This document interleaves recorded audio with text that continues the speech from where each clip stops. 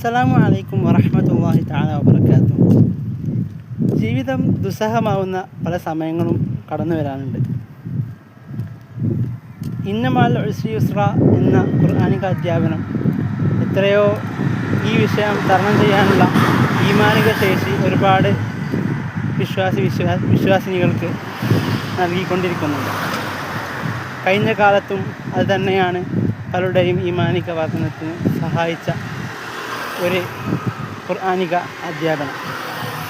പ്രിയരെ, ഒരു പ്രയാസം അനുഭവിക്കുന്ന സമയത്ത് 3 കാര്യങ്ങളാണ് പ്രധാനമായും നാം മനസ്സിലേക്ക് കൊണ്ടുവരേണ്ടത്. ഒന്നാമതായി, ഒരു വിശ്വാസിയാണ് നമ്മളെങ്കിൽ റബ്ബ് എനിക്ക് വിധിച്ച കാര്യമാണ് ഞാൻ അനുഭവിച്ചു കൊണ്ടിരിക്കുന്നത്.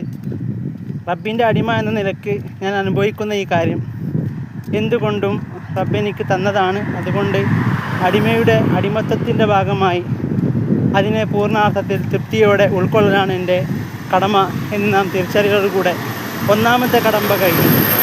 രണ്ടാമത്തെ കടമ്പ എന്നുള്ളത് ഈ സമയവും നാം കടന്നു പോകുമെന്നുള്ള ഒരു വിശാലാർത്ഥത്തിലുള്ള ചിന്ത, അത് രണ്ടാമതായി മനസ്സിലേക്ക് കൊണ്ടുവരിക. മൂന്നാമതായിട്ട്, ലോകത്ത് പ്രയാസം അനുഭവിക്കുന്നത് ഞാൻ മാത്രമല്ല. എനിക്കുള്ള പ്രയാസം ഒരു വാഹനമില്ലാത്തതാണെങ്കിൽ അതിലേറെ എത്രയോ വലിയ പ്രയാസങ്ങൾ ലോകത്ത് പലരും അനുഭവിച്ചു കൊണ്ടിരിക്കുന്നു. പ്രവാചകൻ്റെ അധ്യാപനമുണ്ട് സല്ലല്ലാഹു അലൈഹി വസല്ലം. എന്താണത്? എപ്പോഴും നമ്മേക്കാൾ താഴ്ന്ന ആളുകളിലേക്കായിരിക്കണം നമ്മുടെ നോട്ടം. അപ്പോൾ പലപ്പോഴും നമ്മുടെ വിഷമങ്ങൾ, നമ്മുടെ പ്രയാസങ്ങൾ, നമ്മുടെ കഷ്ടപ്പാടുകൾ നമുക്ക് മുമ്പിൽ ഒന്നുമല്ലാതെ ആയിത്തീരും. അതെ, ഈ 3 സ്റ്റെപ്പുകൾ നമുക്ക് ജീവിതത്തിൽ പുലർത്താം.